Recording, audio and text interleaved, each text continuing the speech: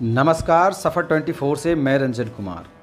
बादम की घटना सच या फिर साजिश? जी हाँ, आपको बता दें कि पिछले शनिवार को बादम में भाजपा की बाइक रैली में मस्जिद के पास दूसरे समुदाय के लोगों के द्वारा पथराव और मारपीट की जो घटना हुई, ये आरोप लगा कि वे लोग भाजपा की बाइक रैली पर पीछे से पथराव किए और दो भाजपा के कार्यकर्ताओं को पकड़कर और उन्हें मारा पीटा। अब इस आरोप में कितनी सच्चाई है या फिर साजिश है, बादम मुस्लिम समाज के लोगों ने प्रेस कॉन्फ्रेंस करके बताया और इस पूरी घटना का खंडन किया। विस्तार से मैं बताता हूं कि उन लोगों ने इस प्रेस कॉन्फ्रेंस में क्या कहा। रविवार के दिन बड़कागांव प्रखंड के बादम में मुस्लिम समाज के द्वारा शनिवार को हुई घटना पर एक प्रेस कॉन्फ्रेंस का आयोजन किया गया। इस दौरान बादम मुस्लिम समाज के सदर मोहम्मद मौकित उल्लाह ने कहा है कि शनिवार को हुई घटना पर मुस्लिम समाज को बदनाम किया जा रहा है। बादम मुस्लिम समाज न ही भारतीय जनता पार्टी के खिलाफ है, न ही मनीष जायसवाल के खिलाफ है।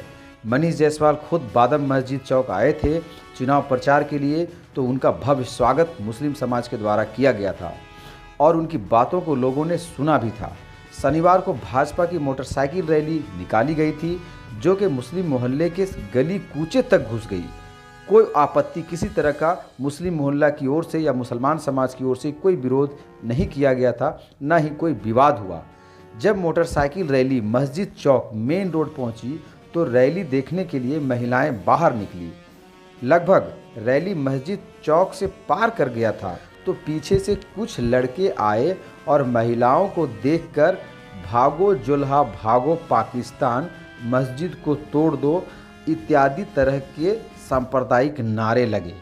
ये मुस्लिम समाज के प्रेस कॉन्फ्रेंस में बताया गया। इस तरह के सांप्रदायिक लगने के बाद क्या हुआ, जिसका महिलाओं ने विरोध किया। जब इस तरह का नारा लगाया गया तो महिलाओं ने विरोध किया, लड़के गाली गलौज करने लगे। अब जब महिलाओं ने विरोध किया तो जो बाइक रैली में लड़के शामिल थे, अब वो कौन से लड़के थे ये तो जांच की बात है, वे लोग गाली गलौज करने लगे महिलाओं पर।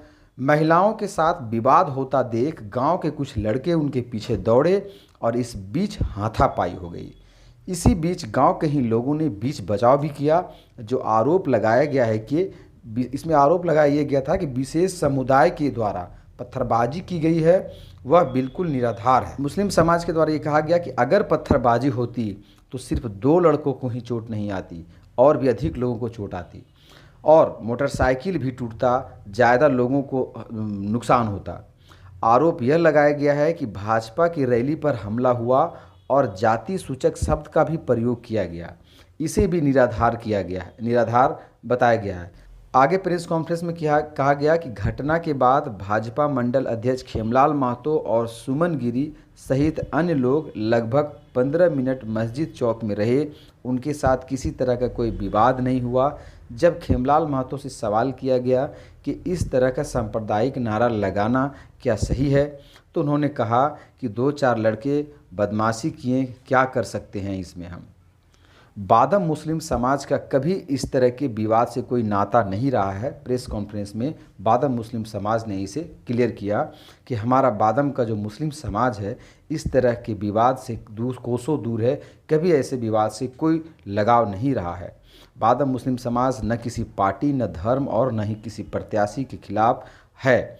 आपसी सौहार्द बिगाड़ने वालों के विरुद्ध बड़कागांव थाने में आवेदन दिया गया है और पुलिस से अनुरोध किया गया है कि मामले पर निष्पक्ष जांच कर उचित कार्रवाई करे। प्रेस कॉन्फ्रेंस में मौजूद जो मुख्य रूप से थे वो बहाउद्दीन, मोहम्मद जहीर, संजर आलम, मुन्ना खान, शहबाज, अकरम अब्बास और बहुत सारे लोग थे। मैंने हेडलाइन में कहा था कि बादम की जो घटना थी वो साजिश थी या सच था। तो आपको मैं बता दूं, मैं ऐसा इसलिए कह रहा हूं क्योंकि चुनाव का माहौल है और चुनाव 20 मई को है और ठीक उसके 2 दिन पहले इस तरह की घटना होती है तो बाज़ार में ये चर्चा है कि वोट के ध्रुवीकरण के लिए कहीं ये घटना साजिश तो नहीं है। तो इस पर खुलासा तो होगा क्योंकि थाना में आवेदन चला गया है, प्रशासन के हाथ में बात चली गई है, तो प्रशासन इसे अपने स्तर से खोलेगी और इसका खुलासा प्रशासन की ओर से जब होगा तभी पता चल पाएगा कि बादम की जो हिंदू मुसलमान के एंगल से जो घटना को अंजाम दिया गया वो सच था या साजिश है। जुड़े रहिए सफ़र 24 के साथ। तब तक के लिए नमस्कार, धन्यवाद।